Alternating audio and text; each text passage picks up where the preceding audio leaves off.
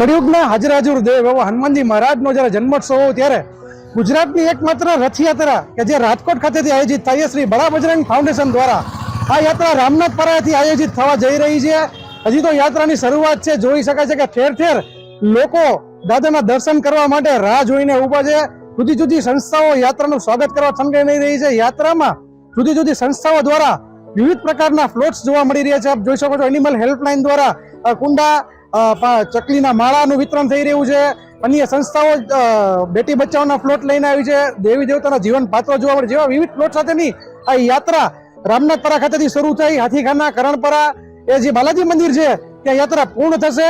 તો યાત્રાને સફળ બનાવવા માટે હજુ તો શરૂ થઈ છે ત્યાંથી સફળ જણાઈ રહી છે, પણ આગળ જઈને યાત્રા વધુ મોટી સંખ્યામાં લોકો જોડાશે તો યાત્રાને સફળ બનાવવા માટે સર્વ ધર્મપ્રેમી જનતાનો શ્રી બડા બજરંગ ફાઉન્ડેશન ખૂબ ખૂબ આભાર માને છે અને શ્રી હનુમાન જન્મોત્સવની સર્વ સનાતનીઓને ખૂબ ખૂબ શુભકામના પાઠવે છે। સૌને જય શ્રી રામ।